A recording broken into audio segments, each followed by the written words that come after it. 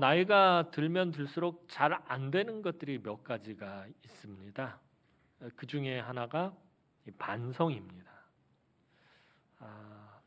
자존심이 더 강해져서 그러나 뭔지 모르겠는데 반성이 더 잘 안 되는 것 같습니다. 자녀들을 키울 때 어린 자녀들에게는 참 그 반성이 얼마나 중요한지 알고 자녀들에게 반성하는 삶을 살도록 가르칩니다. 그런데 정작 저는 시간이 지날수록 반성의 그 횟수는 점점 줄어드는 것 같아요. 반성을 하지 않게 되는 것 같습니다. 이 반성이라는 말은 자기의 말과 행위에 대한 잘못이나 부족한 점 혹은 과한 점은 없는지 돌이켜봄이란 그런 뜻을 가지고 있어요. 국어사전을 살펴봤더니 자신의 말과 행위에 대한 잘못이나 부족한 점 혹은 과한 점은 없는지 돌이켜보다, 살펴본 이런 뜻을 가지고 있습니다. 인간 사회에서 이 반성은 양심과 이성과 감성과 의지를 모두 바탕으로 하는 꼭 필요한 도덕적 요소 중에 하나입니다. 나에게 양심이 있고 이성만 있어서 반성을 하게 되는 것이 아니라 감성과 의지, 이 모든 것들을 복합적으로 가지고 있는 이 도덕적 요소가 바로 이 반성이라는 것입니다. 잘못을 저지른 사람이나 공동체는 반성을 통해서 그러한 실수와 잘못을 반복하지 않도록 노력하거나 주의를 기울이게 되기 때문에 이 반성이 더욱 중요합니다. 반성이 없이는 우리가 앞으로 바르게 걸어갈 수가 없습니다. 내가 지금 바르게 걸어가고 있는지, 내가 똑바로 걸어가고 있는지 무엇을 보고 알 수 있습니까? 앞만 보고 간다고 그것이 되는 것이 아닙니다. 뒤를 돌아봐서 내 발자국을 보면 내가 똑바로 걸어왔는지 잘못 걸어왔는지 알 수 있게 된다는 거예요. 그렇기 때문에 우리가 살아가면서 삶의 곳곳에서 잠시 숨을 고르고 뒤를 돌아보며 나의 발자국을 살펴봐야 됩니다. 내가 바르게 걸어왔는지, 내가 똑바로 걸어왔는지 뒤를 돌아보면 알 수 있어요. 분명히 내 발걸음이 이리 삐뚤 저리 삐뚤할 수도 있고 곱게 잘 걸어왔을 수도 있고 아니면 확 휘어져서 잘못 걸어온, 나는 앞만 보고 제대로 잘 걸어온다고 열심히 걸어왔는데 뒤를 돌아보니 잘못 걸어온 것이 있을 수 있다라는 것입니다. 그래서 반성이 없이는 우리가 앞으로 바르게 걸어갈 수가 없는 것입니다. 진정한 반성이 있을 때 똑같은 실수를 되풀이하지 않기 때문입니다. 반성은 자신의 잘못을 후회하고 뉘우치는 것만을 말하지 않습니다. 그때 내가 참 잘못했다. 후회가 된다. 후회가 막 심하다. 참 그때 내가 잘 뉘우쳤어야 되는데, 이렇게 후회하고 뉘우치는 것뿐만 아니라 그 잘못을 다시는 반복하지 않으려는 의지까지 포함하고 있다는 거예요. 반성은 뉘우치고 후회하는 것뿐만 아니라 그 잘못을 또다시 반복하지 않는 의지를 포함한다는 거예요. 요즘 우리 사회의 정치, 경제, 사회 모든 분야에서 반성의 모습을 찾아보기가 어렵습니다. 다른 사람의 실수와 잘못을 지적하고 신랄하게 비난하지만 정작 자기 자신에 대해선 아무런 반성이 없기 때문입니다. 사회 전반에 걸쳐 이 갈등과 반목이 계속 증폭되는 것은 바로 이런 이유에서입니다. 다른 사람의 실수와 잘못은 우리가 신랄하게 비난하고 비판하지만 정작 자기 자신에 대해서는 아무런 반성이 없기 때문입니다. 다른 사람의 잘못은 끝까지 물고 늘어지지만 조목조목 따져가면서 책망하지만 자신의 잘못이나 실수는 이해돼야 하고 가볍게 여기려고 합니다. 공자는 자기 반성은 엄히하고 다른 사람 꾸짖는 일을 가볍게 하면 남의 원망이 멀어진다라고 그런 말을 했습니다. 저도 같은 맥락에서 늘 여러분들에게 말씀드리지만 우리 예수 믿는 사람들은 자기 자신에게는 철저하고 자기 자신에게는 엄격하고 다른 사람에게는 관대하고 너그러워야 합니다. 그럴 때 화평이 넘치는 공동체를 세울 수 있게 되는 것입니다. 그런데 대체로 우리는 자기 자신에게는 너그럽고 자기 자신에게는 관대하고 그런데 타인에게는 철저하고 엄격하게 대할 때가 더 많습니다. 우리 주님 말씀하셨듯이 자기 눈에 들보보다 다른 사람 눈에 티끌에 집착하지 않을 때 온전한 교회를 세울 수 있게 되는 것입니다. 화평한 교회를 유지하는 방법이 무엇입니까? 내 자신에게는 철저하고 내 자신에게는 엄격하고 다른 사람에게는 관대하고 다른 사람에게는 관용을 베풀고 다른 사람들에겐 너그러울 때 교회에 문제가 생길 것도 없고 화평이 깨질 일도 없다라는 것입니다. 근데 화평이 깨지는 거 교회에서 막 큰 소리가 나오고 다툼이 생기고 갈등이 생기고 반목이 일어날 때가 언제입니까? 자기 자신에게는 관대하면서 다른 사람에게 엄격할 때 그런 문제들이 발생한다라는 것입니다. 우리 주님이 그렇게 강조하셨잖아요. 우리가 우리 눈에 있는 들보는 쳐다보지 못하고 다른 사람 눈에 있는 그 티끌 하나 빼려고 목소리를 높이고 자기 의를 내세우고 자기 주장을 꺾지 못하고 있을 때가 얼마나 많으냐라는 것입니다. 그것 때문에 한국 교회가 지금 이렇게 많이 무너지고 넘어지게 된 것 같아요. 우리 자신에게 철저했다면 아마 그러지 않았을 것이에요.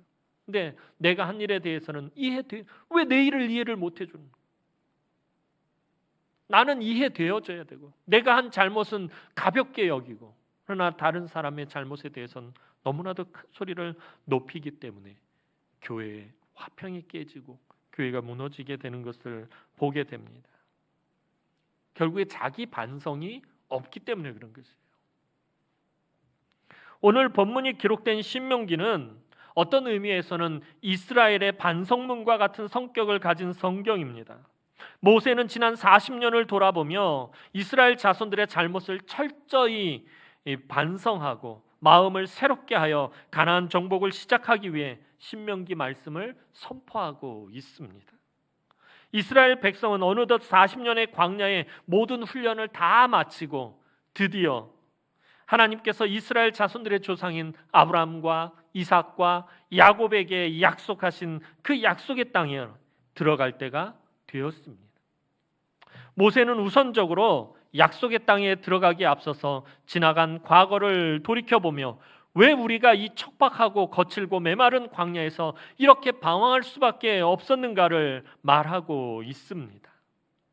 모세가 이것을 먼저 짚고 가는 것은 지나간 역사에 대한 실수와 잘못을 정확히 살펴보고 그것을 반성하고 새롭게 변화된 세대만이 약속의 땅에 들어갈 수 있기 때문이었습니다. 이어서 모세는 출애굽한 이스라엘 백성을 하나님께서 어떻게 인도하셨는가를 말합니다. 하나님께서 이스라엘 백성을 위해 애굽에서 행하신 능력들 그리고 이스라엘 백성들을 대신해서 싸우셨던 일들이 부모가 마치 자기 아기를 아름같이 인도하셨던 것이라고 말하고 있습니다. 그것이 오늘 본문 31절 말씀입니다. 오늘 본문 31절 말씀 우리 다 함께 보도록 하겠습니다. 시작.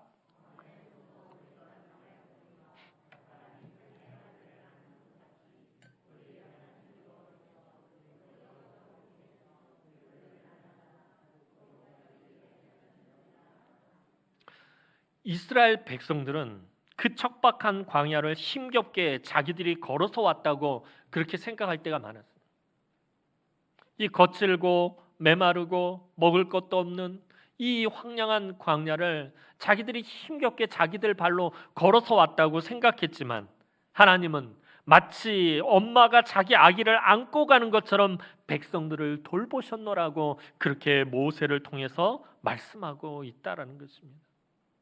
애굽에서 나올 때부터 이 요단 동편에 이르기까지 하나님은 이스라엘 백성들을 품에 안고서 오셨다라는 것입니다. 출애굽기 19장 4절을 보면 모세는 하나님께서 독수리 날개로 업어 인도하셨다라고 그렇게 말씀하고 있습니다. 그러니까 하나님은 당신의 백성을 안고 업으시며 인도하시는 분임을 모세는 말하고 있어요. 우리 하나님 그런 분이시다라는 거예요. 당신의 백성들을 때로는 안으시기도 하고 때로는 업으시기도 하고 그렇게 보호하시고 인도하시는 분이십니다. 이 얼마나 놀라운 은혜며 사랑인 것입니까? 그만큼 하나님이 당신의 백성들을 아끼고 사랑하셨음을 보여주는 것입니다. 이것은 단순히 이스라엘을 향해서만 하신 말씀이에요. 오늘 저와 여러분들도 마찬가지입니다. 우리의 삶을 뒤돌아보면 여기까지 하나님께서 나를 때로는 안으시고 때로는 업으시고 그렇게 보호하시고 인도하셨다는 거예요. 하나님이 저와 여러분들을 얼마나 아끼고 사랑하셨는지 모릅니다. 그런데 모세는 여기서 문제를 하나 제기하고 있습니다. 하나님께서 그렇게도 아끼고 사랑하셨음에도 불구하고 왜 이스라엘 자손들이 40년을 광야에서 헤매면서 살 수밖에 없었느냐 하는 것입니다. 하나님이 그토록 사랑하시고 아끼셨다면 이 광야길을 단숨에 통과해서 약속의 땅으로 들어가야 되는데 왜 그러지 못했느냐라는 것입니다. 이 문제에 대해서 모세는 아주 단호하게 답을 하고 있습니다. 그것은 바로 이스라엘 백성들이 하나님을 믿지 않았기 때문이라고 분명히 32절에서 말씀하고 있습니다. 오늘 32절 말씀 한번 보도록 하겠습니다. 32절 말씀입니다. 시작.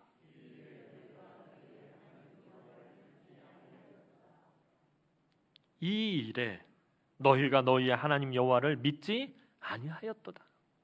이미 아주 오래전에 이스라엘 백성의 조상 아브라함 때부터 약속하셨던 그 땅을 주시겠다고 말씀하신 바로 그 하나님을 믿지 못하였기 때문에 그들은 그 고통의 광야에서 불신의 세대가 다 사라지기까지 40년을 방황해야 했습니다. 그 땅을 믿지 못하고 그 땅을 사모하지 않은 자들이 모두 사라지기까지 기다려야 했습니다. 하나님의 약속의 땅은 그 약속의 말씀을 믿고 사모하는 자들의 것입니다. 믿지도 않고 사모하지도 않는 자들에게 줄 아무런 이유가 없는 것입니다. 주님도 말씀하시죠. 천국은 예로부터 지금까지 침노를 당하노니 천국은 침노하는 자의 것이다. 침노하다는 말이 어떤 의미입니까? 하나님 나라를 사모하고 그 하나님 나라에 들어가고 싶어서 간절함과 갈급함을 애통함을 가지고 있는 그 사람이 들어가게 될 것이고 그 사람이 차지하게 될 것이다 라는 것입니다. 늘 말씀드리지만 예수 믿는다고 다가 아니에요. 내가 말로만 예수를 믿노라고 말한다고 그것이 다가 아니다라는 거예요. 우리의 삶에 늘 갈급함이 있어야 되고 간절함이 있어야 되고 하나님 나라에 대한 소망이 있어야 되는 거예요. 그것이 없으면 들어갈 수가 없어요. 그것이 믿음이기 때문에요. 하나님 나라를 사모하지도 않고 하나님 나라를 갈급해하지도 않고 하나님 나라를 믿지 않는 자들에게 하나님께서 하나님 나라를 줄 그 어떤 이유도 없으시다라는 것입니다. 한 세대가 바르게 살지 못할 때, 한 시대가 믿음으로 바르게 살지 못할 때 다음 세대까지 힘들고 어려운 시간을 보내게 됩니다. 오늘 우리는 앞선 세대에 대한 비판을 많이 하고 앞선 세대에 대해서 매우 부정적입니다. 특별히 젊은 세대들이 그러죠. 기성세대에 대해서 매우 많은 반감을 가지고 있습니다. 근데 이 자리에 있는 기성세대들도 한때는 젊은 세대로서 앞선 기성세대를 비판하고 비난했던 그런 적이 있었다라는 거죠. 이런 것들을 보았을 때 그럼 우리 세대의 모습이 앞선 세대와 다르다라고 말할 수 있느냐라는 것입니다. 저도 어느덧 기성세대가 되어 있고요. 젊은 세대들의 비판의 대상이 되어버렸던 거예요. 근데 저도 젊은 시절이 있었고 그래서 앞에 있었던 기성세대를 매우 신랄하게 비판했던 적이 있었어요. 그런데 지금 와서 생각해 보니까 지금 나의 모습이 앞선 세대와 다르다라고 할 수 있느냐는 그렇지가 않다는 거예요. 앞선 세대의 좋은 전통은 이어받지 못하고 잘못들만 똑같이 답습하고 있는 저의 모습을 보게 되기도 합니다. 앞선 세대의 신앙이 좋은 유산은 우리가 물려받고 잘못된 것은 반성을 통해서 고쳐 나아가야 합니다. 다시 말해서 신명기적 관점에서 보면 반성하지 않으면 앞으로 나아갈 수 없고 약속의 땅도 차지할 수 없다라는 것입니다. 결국 이스라엘은 반성하지 않는 자들이 다 사라질 때까지 광야에 머물러 있어야 했던 것입니다.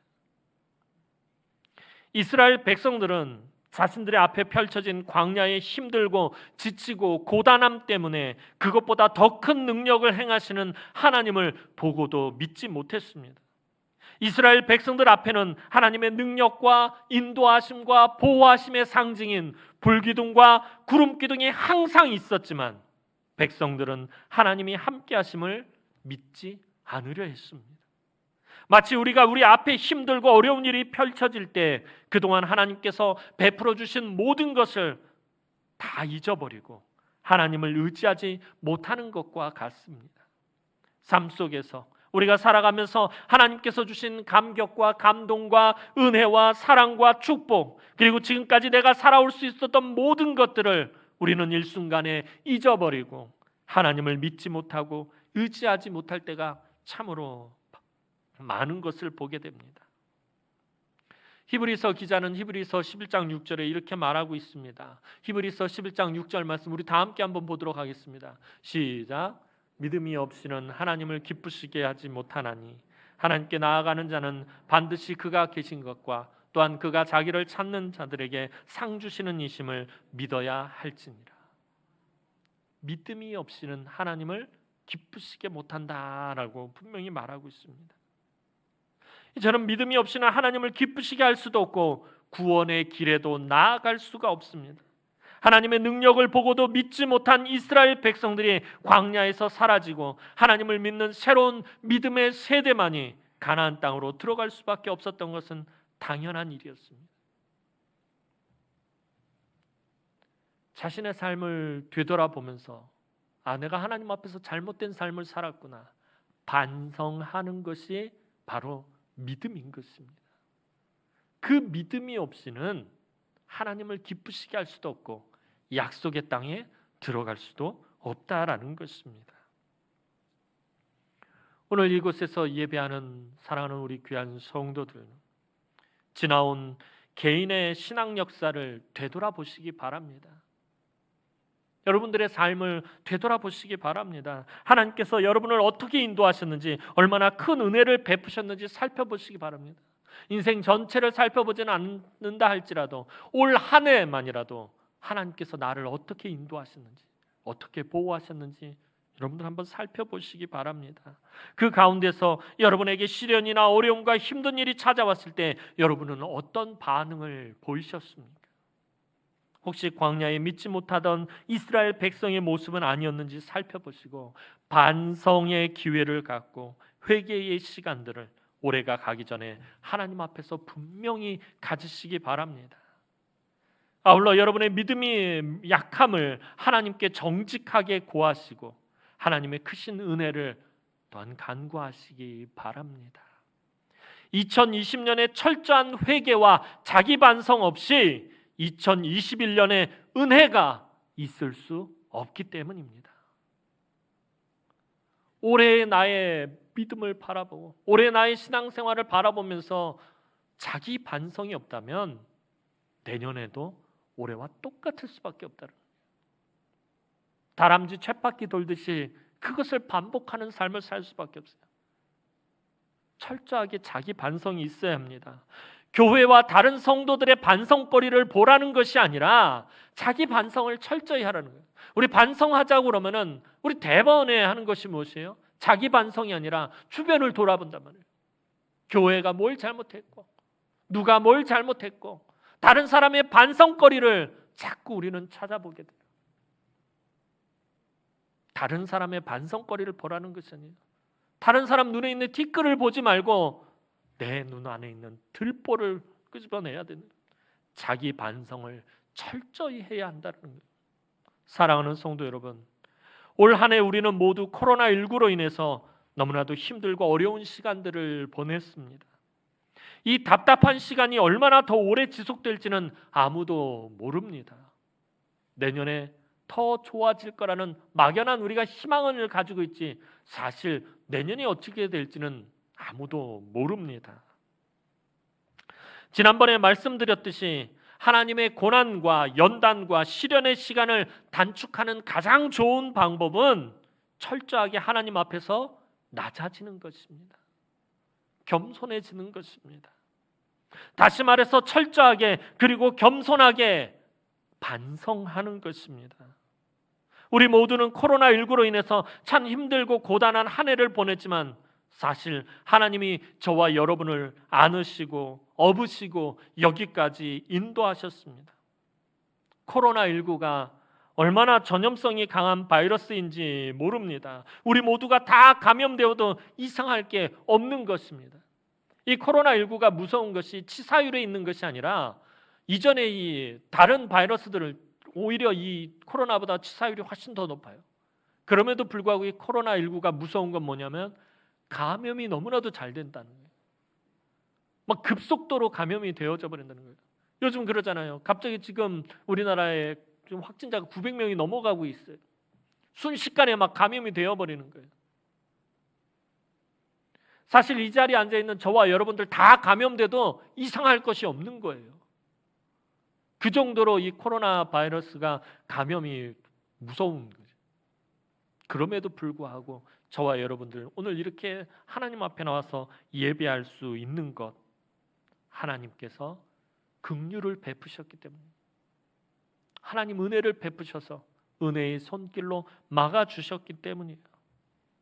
내가 잘 살아서 아무런 문제 없이 여기까지 온 것이 아니에요. 올 한 해를 돌아보면서 이 코로나 속에서 내가 잘 살았기 때문에 그래서 여기까지 온 것이 아니라 하나님이 저와 여러분을 아기를 안는 것 같이 보호하셨기 때문에 저와 여러분들이 오늘 이곳에 나와서 이렇게 예배하고 있는 것입니다.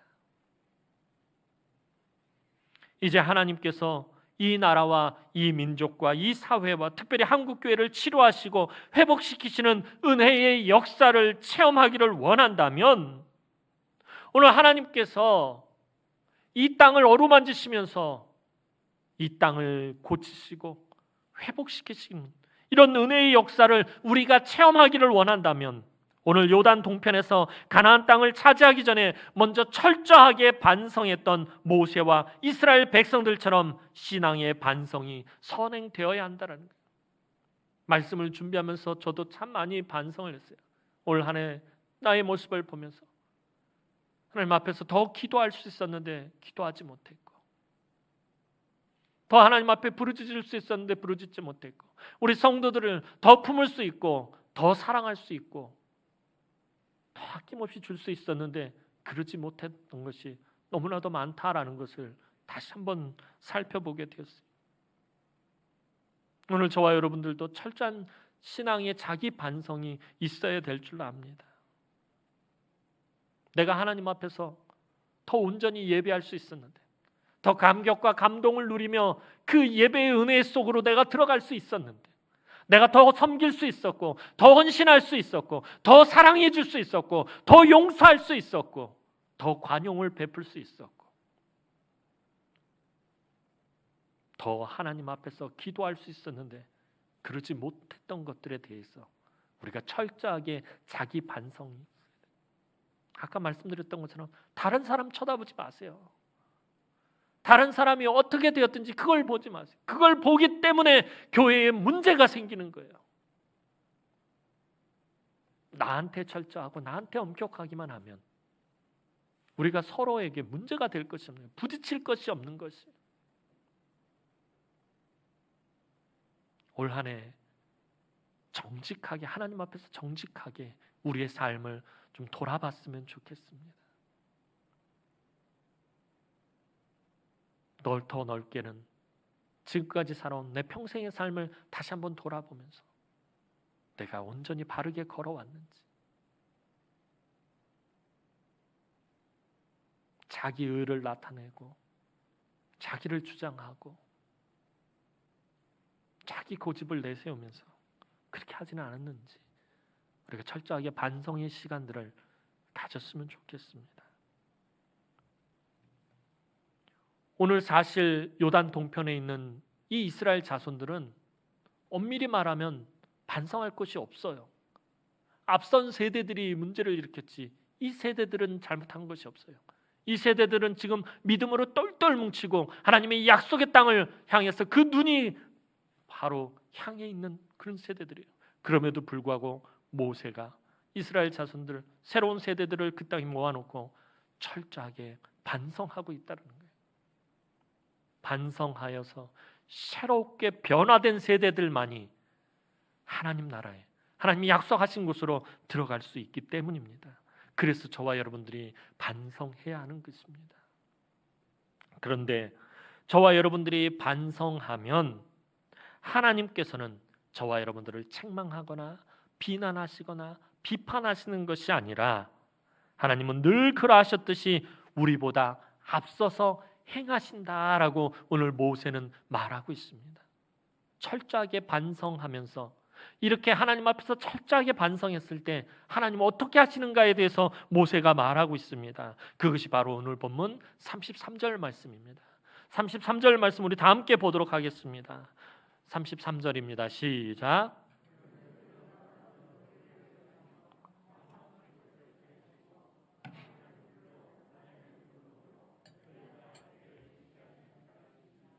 아멘.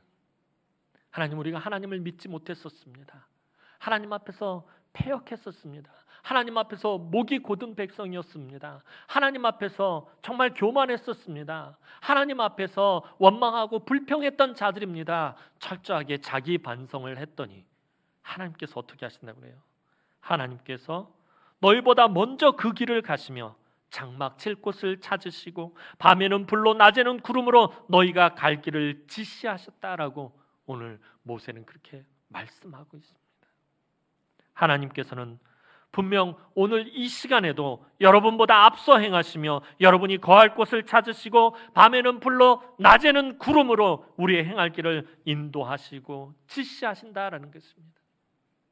우리가 하나님 앞에서 겸손히 나를 낮추고 자기를 반성하며 내 눈 안에 있는 들보를 빼려고 애쓸 때에 하나님은 우리를 책망하시는 것이 아니라 우리를 야단치시는 것이 아니라 우리보다 앞서 가시면서 하나님께서는 당신의 백성들이 편하게 거할 곳을 찾으시고 밤에는 불기둥으로 밤길을 가다가 혹시라도 넘어질까 봐 하나님 걱정하셔서 불기둥으로 낮에는 그 떼약볕 속에서 당신의 백성들이 혹시라도 상할까 해서 구름으로 그늘을 만드시고 그리고 마치 엄마가 아기를 안음과 같이 저와 여러분들을 안으시고 인도하시면서 우리가 갈 길을 지시하신다라는 것입니다.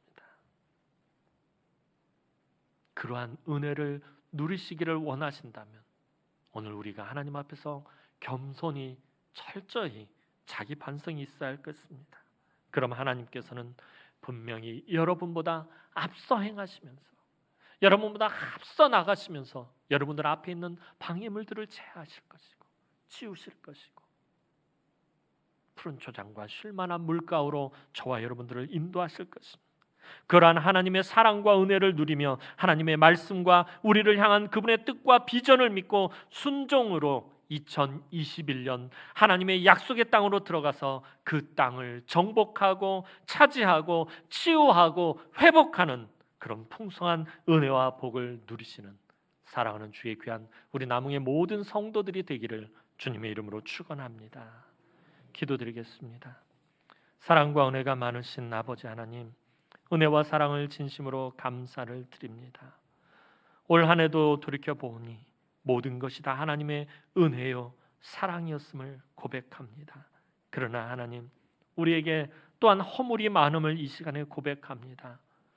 더 하나님 앞에 예배할 수 있었는데, 더 하나님 앞에 기도할 수 있었는데, 더 말씀 묵상하고 더 귀 기울여 듣고 더 그 말씀을 붙잡을 수 있었는데, 더 섬기고 더 헌신할 수 있었는데, 더 복음을 증거할 수 있었는데, 더 하나님 앞에서 할 수 있었던 것이 많았는데 그러하지 못했음을 하나님 이 시간에 고백합니다. 하나님 반성합니다. 하나님 우리를 긍휼히 여겨주시고 불쌍히 여겨주시옵소서. 코로나19가 창궐하여 아버지 하나님 우리가 또다시 하나님 앞에서 예배하지 못할 수 있는 그런 상황 가운데 몰리고 있습니다. 하나님 하나님 앞에 나와 예배하지 못하는 고통이 얼마나 크고 아픈지 우리가 알고 있습니다. 오래 체험했습니다. 하나님, 또다시 그 고통과 아픔을 누리지 않기를 소원합니다. 하나님, 우리의 자녀들이 하나님 앞에 계속해서 나와 예배할 수 있게 해 주시옵소서. 혹이라도 하나님, 우리가 하나님 앞에서 범죄한 것이 있다면, 우리가 하나님 앞에서 깨달아야 할 것이 있다면 하나님 알게 하시고, 우리가 하나님 앞에서 더욱더 철저하게 반성하고 회개하며 하나님 앞에 더욱더 낮아지고 겸손해질 수 있도록 하나님 은총을 베풀어 주옵소서. 내년도 2021년도 어떻게 하나님 이런 문제들이 해결될지 우리는 알 수 없사오나 하나님께서 먼저 행하시며 2021년도 하나님이 먼저 가셔서 우리의 거할 곳을 찾으시고 밤에는 불로 낮에는 구름으로 우리 행할 길을 인도하시고 지시하실 줄로 아오니 그 하나님만 바라며 그 하나님만 의지하며 나아갈 수 있도록 하나님 은총을 베풀어 주옵소서. 감사를 드렸고 예수님의 이름으로 기도하옵나이다. 아멘.